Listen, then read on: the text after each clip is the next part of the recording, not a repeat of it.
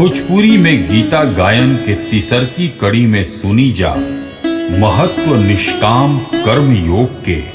योगः कर्मसु कौशलम।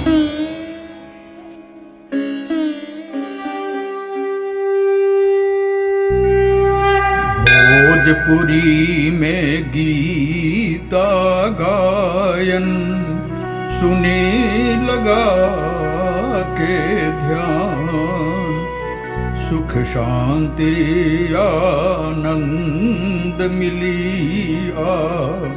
मिल जई हैं भगवान।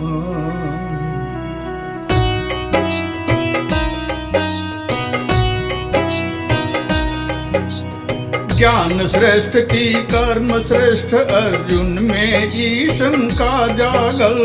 दुविधा में माथा चकराइल, मन से उलझन ना भागल। कहले कौन एक श्रेष्ठ केशव जब बतलावा, सही सही बतला के मन से दुविधा दूर भगावा। तब कहले श्री कृष्ण निठा है निराधार दुविधावा। ईश्वर निष्ठा एक लक्ष्य बा, दोनों में सुविधा बा। सांख्य योग ज्ञानी के होला, कर्म योग योगी के हा। विषय भोग सुख संसारी के, मोह भरम भोगी के हा। कर्म योग निष्काम कर्म हा, चाह रहे ना फल के। ज्ञान मार्ग में पड़े जरूरत ना कवनो संबल के। सांख्य योग आ कर्म योग दोनों निष्ठा के नाम है। ज्ञान साधना कर्म साधना निष्ठा के ही काम है। कर्म त्याग से ना केहू योगी सन्यासी बन जाई। चित्त साफ कैला बिना ना योगाभ्यासी बन पाई। बिना चाह के कर्म करे से कर्म अकर्म बनेला। जरल बीज से कवनो बिया ना कबहू अकुरेला। बिना करम कैले ना केहू पल भर रह सकेला। होकर फल भी बिन पवले केहू ना रह सकेला। सतरज तम गुण से परवश हो के ही काम करे कोई। कुदरत के लीला से केहू ना जा सकी परे कोई। ऐसन भी होला इंद्रिय के जबरन निकम्मा कर ले। बाहर ध्यान लगौले लौके भीतर में हलचल भर ले। ऐसन प्राणी ढोंगी होले हरदम भ्रमित रहे वो। मन के पवन पाख पर चढ़ के बरती उड़त रही वो। सृजन काल में प्रजापति ब्रह्मा जी यज्ञ करे के। आज्ञा दे ले रहन जन्म दे जग विस्तार करे के। यही से चाहल सुख के फल भोग मिली करम के। लेकिन जे करम होखे वो सब होखे धर्म के।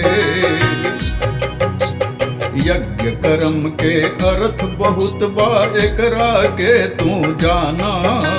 वेद बतावल नेक कर्म ही यज्ञ कहाला माना।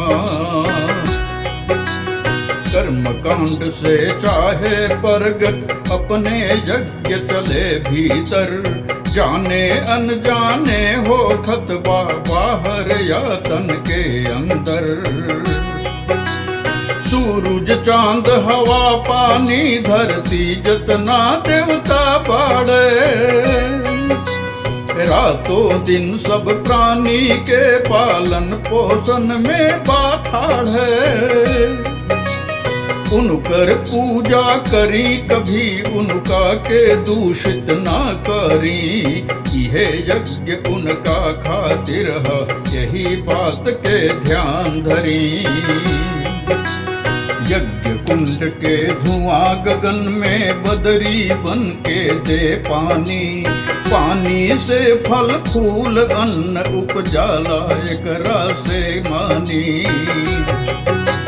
भोजन से रजवीर्य बनेला तब ही नया जन्म होला, बिन एकरा के कौनो भी प्राणी नाही पहिले चोला।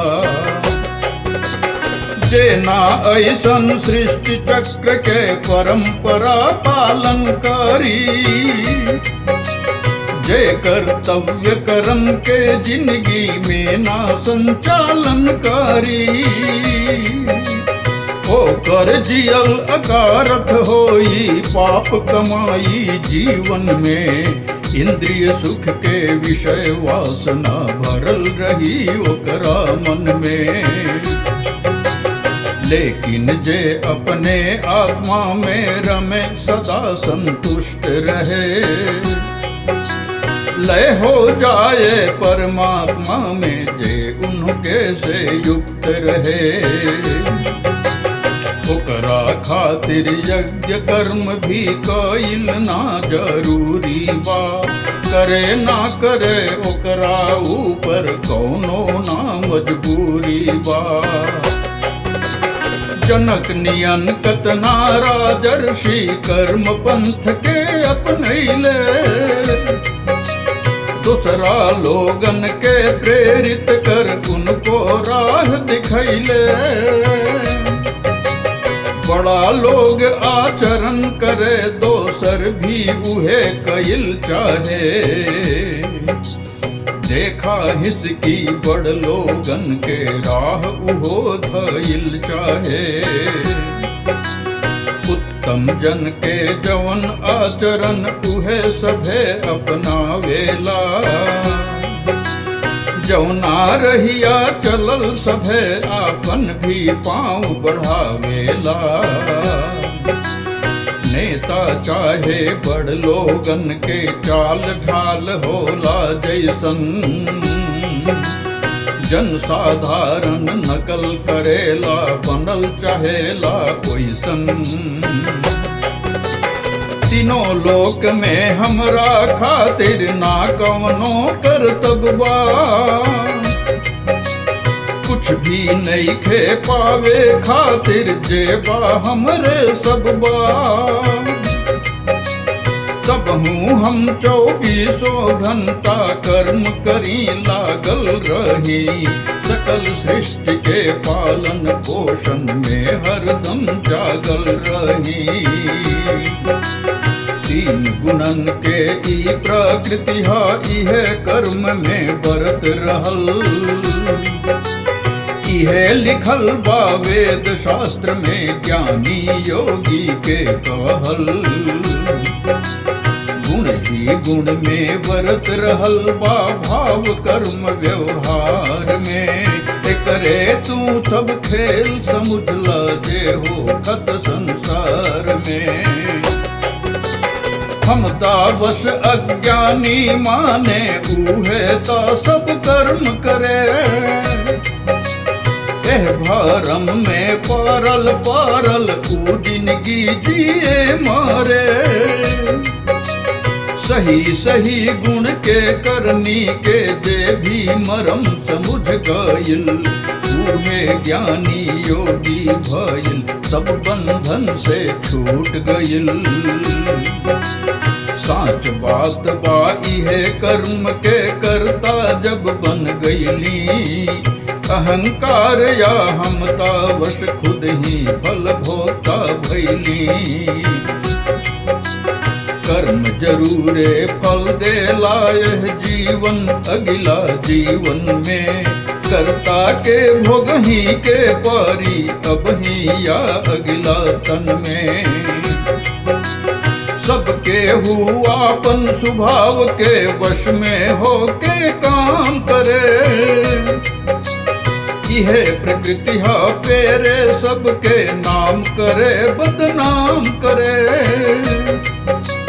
राग द्वेष इंद्रिय विषयन में सबके रहे मन में, इहनी से जे बाँच गइल त सुखी रहे जीवन में।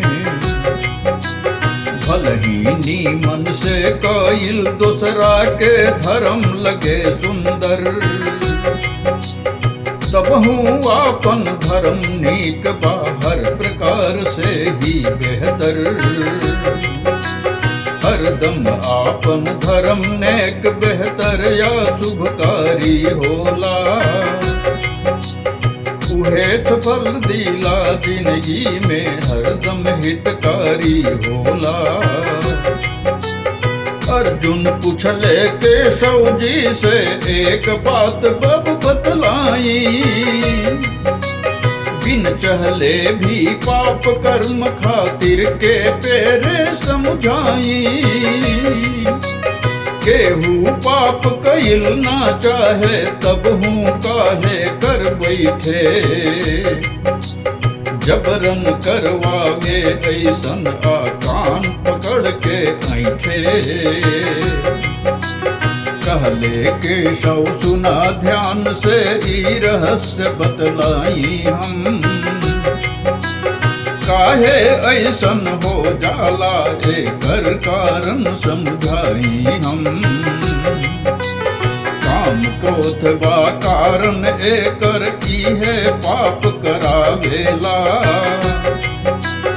इच्छा के ना अंत कहीं बार विषय सदा ललचावेला। इच्छा पूरा भइल त लगले लोभ जगाई मन में, ना पूरा भइला पर क्रोध उपज जाई ओही क्षण में। काम नाम है इच्छा के ही ई अनर्थ के कारण है, इहे पाप करावे सबसे इहे बुद्धि के मारन है। सब इंद्रिय बस में हुई है तो काम शत्रु भी मर जाई, मन के रोकल ही उपाय बाजे रोटी उतर जाई। यही से सुन ल अर्जुन तू वश में कर ल मन के, एकरा बस में हो गईला पर नाश कराई जीवन के।